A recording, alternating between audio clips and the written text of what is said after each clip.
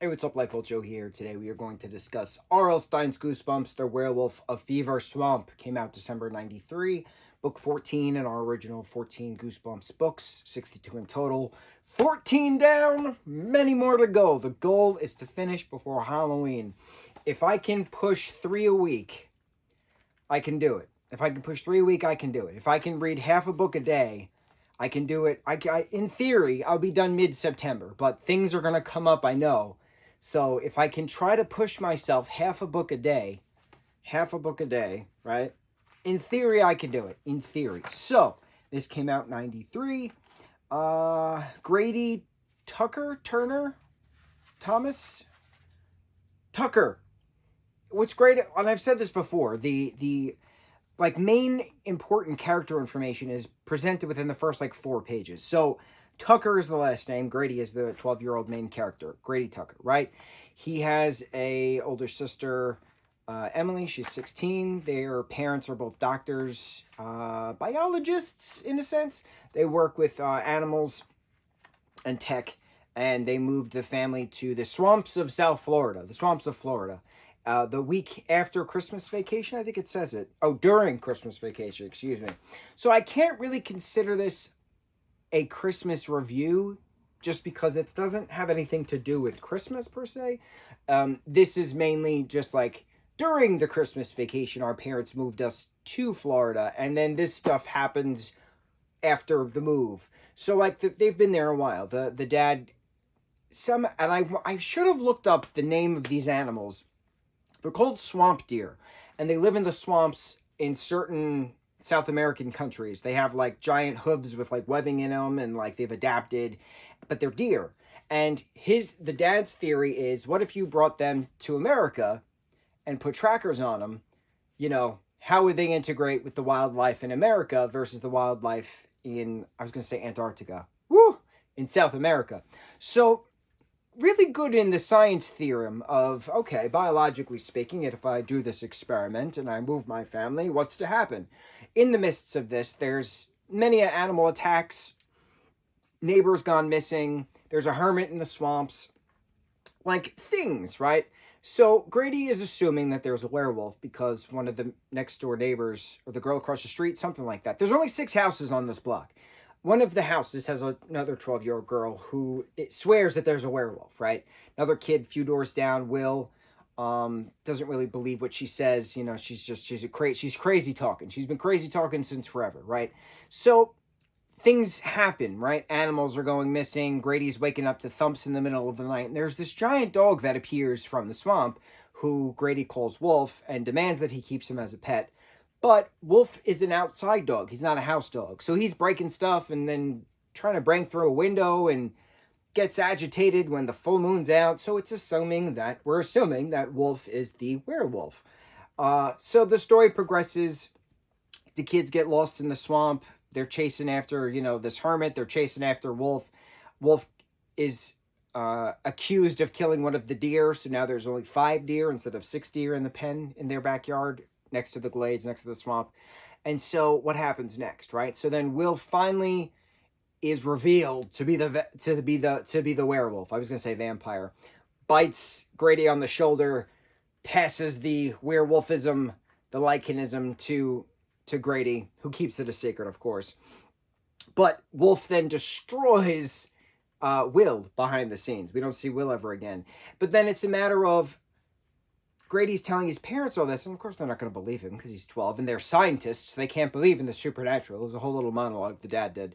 And so the dad says, all right, I'm going to go to Will's house. We'll talk to his parents. But he goes there, and he comes back, and he says, it's been abandoned. There's no one there. It looks like it's been deserted for months. So what happened to Will's family? What happened to the neighbor? Did Will eat the neighbor this entire time? Very interesting. So then we leave off with a month later, right? Because it's every full moon cycle, a werewolf, the lichen aspect comes about.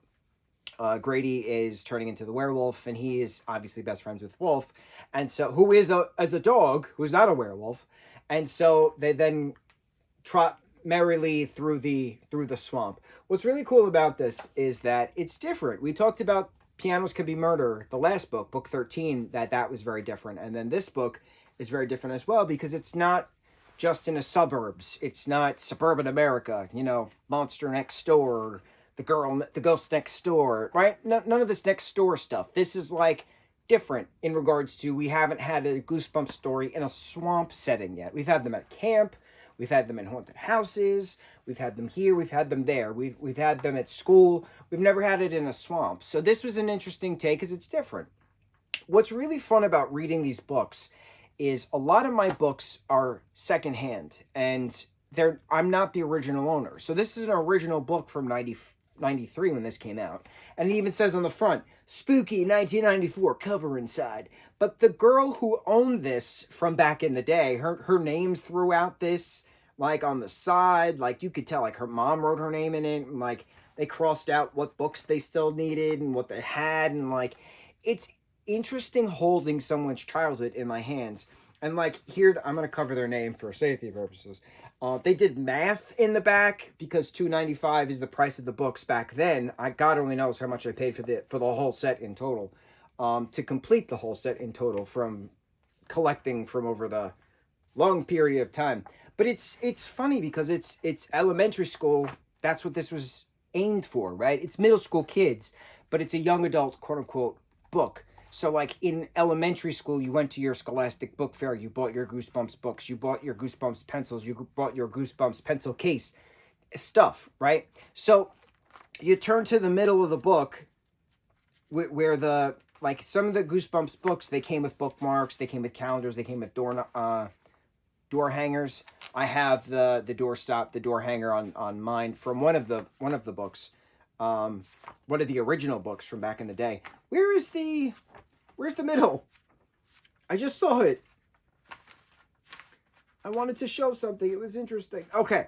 So that's where page 60 and 61. You see this little part here?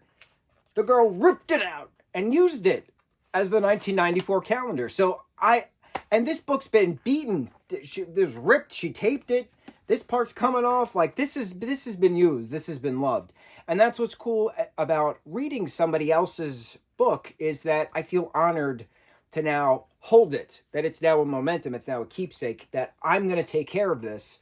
You might have lost it. Somehow it might have been thrown into a donation box and it might have ended up at a thrift store and somebody might have bought it and somebody might have put that in a garage sale and somebody else might have bought it and then somebody might have just sold it and I happened to buy it off eBay. But the circle of life, I now have it. I have your book. Your book is fine now. It's been beaten to hell and it's traveled across the country, but your book is fine now. I got it. We're good. Thank you for the memories. Thank you for however it translated from one part of the coast to the next. And yes, a lot of that with all of these Goosebump books, majority are secondhand. You can tell when you're reading it, whether it's A, torn to shreds, B, the kids' names are all over it, or C, the last one we had, there was like a bunch of like crayon marks and stuff.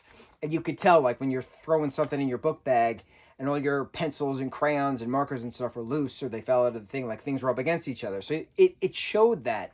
It showed it lived. It lived a life. It's not fresh off the shelf. This is a live book. It lived. The paper might be from a dead tree, but the book is alive.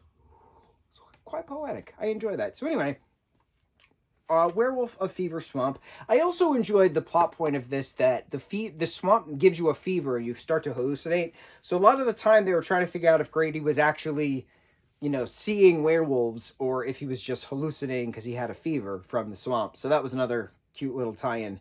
But yeah, good times, good memories, good readings. On to the next review. Mucho mahalo.